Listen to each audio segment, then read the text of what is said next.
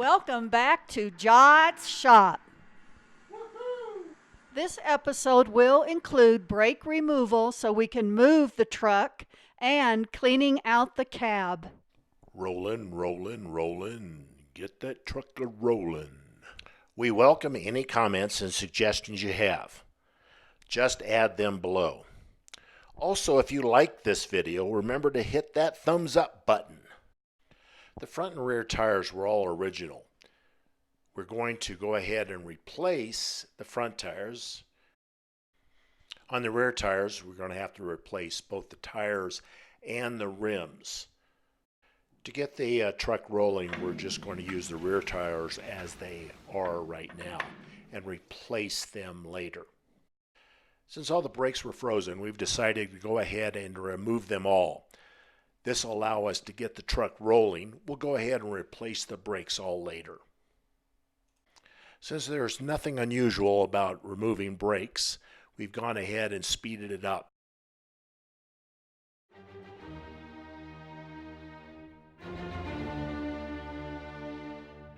We did leave the parking brake attached to the cable to make it easy on ourselves.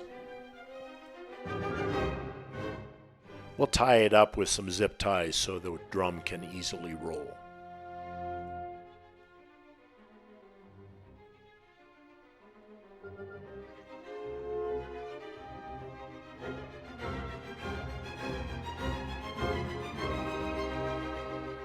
After putting the drum back on, everything rolled nicely.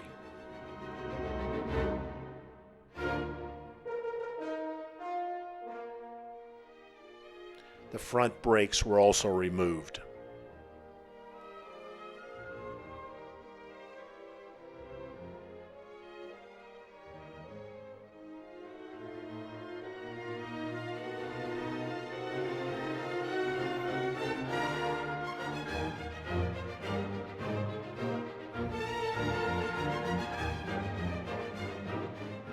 We did re-grease the outer bearings before putting the front drums back on.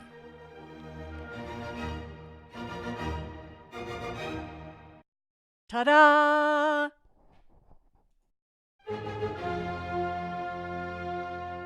We moved our Danmar lift back in so that we can install the tires.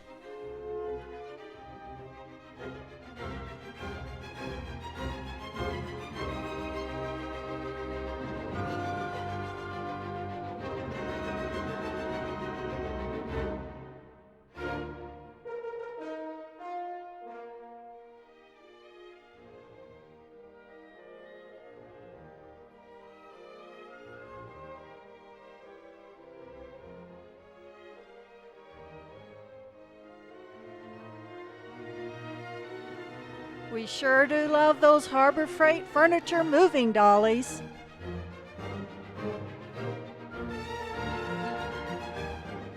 Here we are attaching the lift arms and also attaching the hydraulic hose.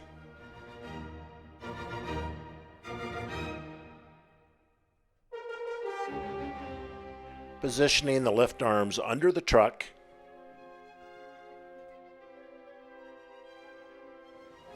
Raising the truck and installing the wheels.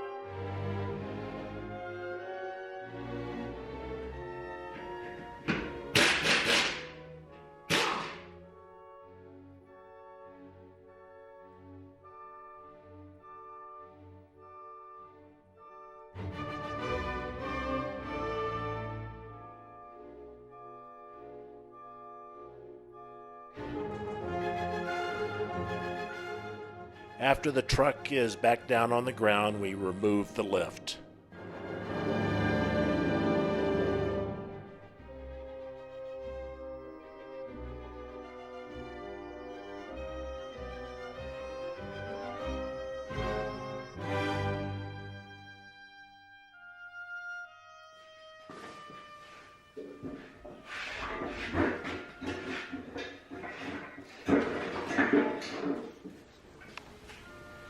Now it's time to clean out the cab.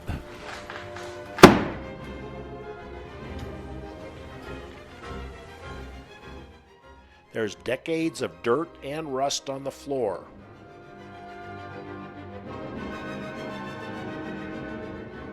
We went ahead and removed the seat. It's held down by 1/2-inch bolts. We pre-treated all the bolts with PB Blaster, and they came out without a problem. Well, the seat is out. Now it's ready for cleaning time.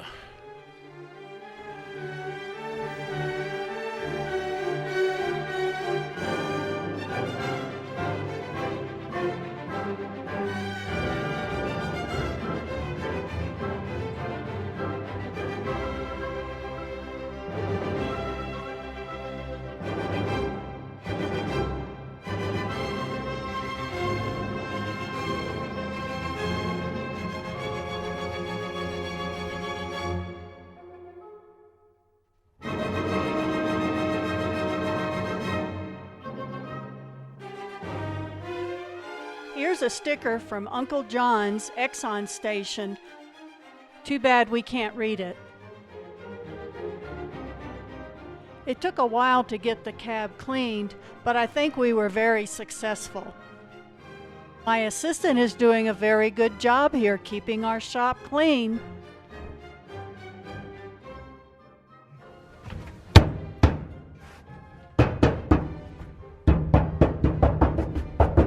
That part appears not bad. When we get up to the front, the pans, that's where everything's just sort of gone.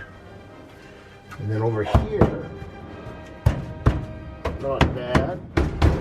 That's all gone. So all this and over there will have to be redone. Now it's time to look inside the glove compartment. Let's see what Granddaddy left in there.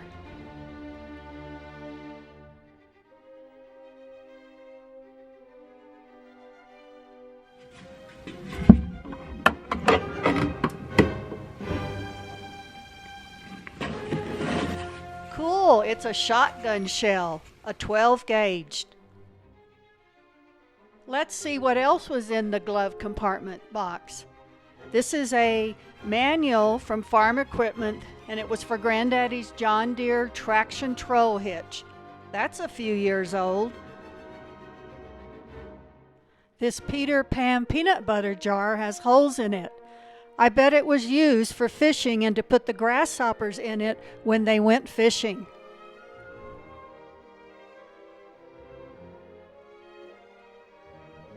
We also found some fishing hooks inside.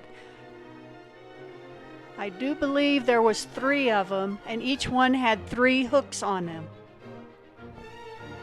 We also found some nuts and bolts and a few different spark plugs. And that shotgun shell. There's a lot of history there. Well, it's time to wrap this video up. Our next episodes will include the installation of a garage floor winch for us to use to take the truck in and out. We also will be moving the truck out to pressure wash it, and we then will start on the engine.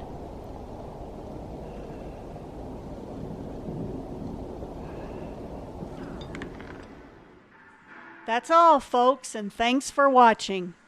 If you like this video, hit that thumbs up button below. Don't forget to subscribe to be notified of upcoming videos.